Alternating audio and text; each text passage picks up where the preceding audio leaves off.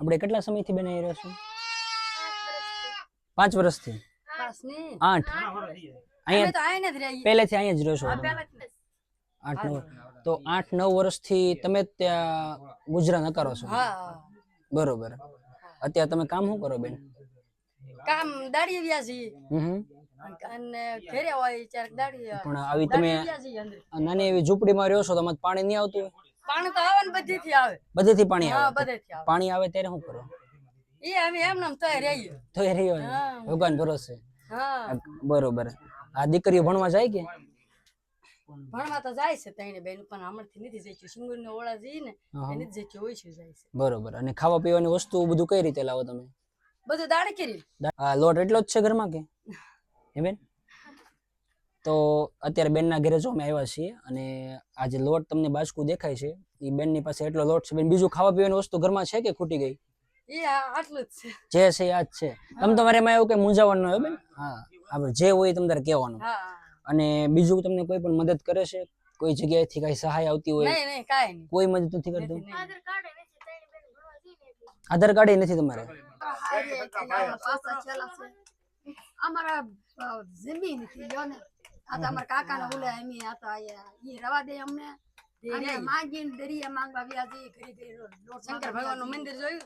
ના, બે બેન ને એક જ ઉલી છે. દુખ. હા, તો તમે ખાવા પીવાનું આ રીતે કરો ને માગી જ લાવો છો?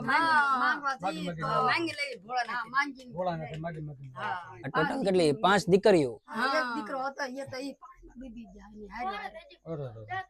હા, ભૂલી વિનાનું થઈ ગયું. આ ડોળા પાણીમાં નાળામાં સીધા નાળામાં ગીરી ગયા. 5 દીકરીઓ સંતાનમાં છે. આ બે બેનને આ બે બેનો સગી બેનું છે અને સગી બે બેનું ને 5 દીકરીઓ છે. અને 5 દીકરીઓનું ભરણ પોષણ કરવા માટે ગામમાં કે બજારમાં કે ભોળાનાથના મંદિરે માગવા જવું પડે છે. કોઈ દાડી નથી મળતી, કારણ કે ચોમાસું છે. ચોમાસાના હિસાબે દાડી નથી મળતી.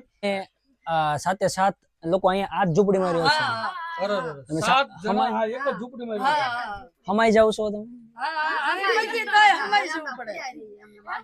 બરોબર. અને જો ઘરની પરિસ્થિતિ આવી રીતે છે, બધી બાજુ કહેવાય ને કે કાંટા નાખેલા છે, ઉપર છાપરું કરી દીધેલું છે અને આ ઘર માટે મંદિર નથી મળ્યું ભગવાન માટે, એટલે ભગવાનને નીચે સાઈડમાં મૂક્યા છે. બરોબર. કેમ કે ઘર માટે મંદિર નથી એટલે ભગવાનને નીચે મૂક્યા છે. કેમ કે ભાઈ ભગવાનની પૂજાઈ કરવાની છે અને મંદિર છે નહીં એટલે ભગવાનને આપણે નીચે સ્થાપના કર્યા છે. અને આ પરિવાર માટે અલગ ધણી આશ્રમ રામા મંડળ અને નોંધારાનો અધર ચેરિટેબલ ટ્રસ્ટના સાથેના સહયોગથી આપણે આ પરિવાર માટે કરિયાણું લાવ્યા છીએ અને આજની 6ઠ્ઠી કીટ આપણે આ પરિવારને આપી છે. તો જો આવી નાની એવી ઝૂંપડી છે, ફરતે કાંટા લગાડેલા છે કારણ કે દિવાલ કરવાના અને પાકું મકાન બનાવવાના પૈસા છે નહીં.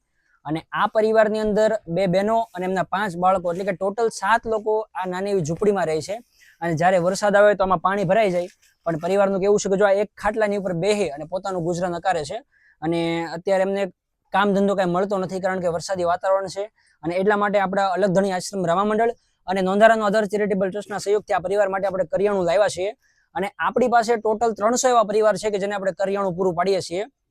તો તમારે જો કોઈ પણ પરિવારને સહાય આપવી હોય, કોઈ પણ પરિવારને કરિયાણું દાનમાં આપવું હોય તો નંબર ઉપર સંપર્ક કરજો, કારણ કે તમારા દીધેલા દાનથી આપણે કોઈ પણ પરિવારને કરિયાણું પગાડશું અને 1-2 મહિનાની સેવા તમને મળશે. અને આજની કરિયાણાના કીટના દાતા છે ડાભી ધીરુભાઈ, કે જે ગામ અગિયાળીથી છે અને રામદેવપીર યુવક મંડળ અગિયાળી, જે કે રામાપીર બાપાનું આખ્યાન રમે, અને ઈ મંડળ તરફથી આજનું આ કરિયાણું આવ્યું છે. અને ભાઈ જાણીને બહુ આનંદ થયો કે ભાઈ જે કાર્ય અમે શરૂ કર્યું હતું કે ભાઈ રામા મંડળ હસ્તક અમે નિરાધાર લોકોની સેવા કરીએ, અને ઈ સેવાના કાર્યમાં બીજા રામા મંડળ પણ સાથે સહકાર આપવા માટે આવે છે. માટે તમારો ખૂબ ખૂબ આભાર. અને રામદેવપીર મહારાજ અને ભગવાન દ્વારકાધીશ તમને લાંબુ આયુષ્ય આપે અને વધુમાં વધુ સેવાના કાર્યો કરવાની યથાશક્તિ આપે એવી પ્રાર્થના કરીએ. બાકી તમારે પણ આ સેવાના કાર્યમાં સહભાગી બનવું હોય તો નીચે આપેલા નંબર ઉપર સંપર્ક કરજો, કારણ કે તમારા દીધેલા દાનથી અને ભગવાન રામદેવપીર મહારાજની કૃપાથી આપણે નિરાધાર પરિવાર સુધી પહોંચી અને એમને કરિયાણાની સેવા આપશું.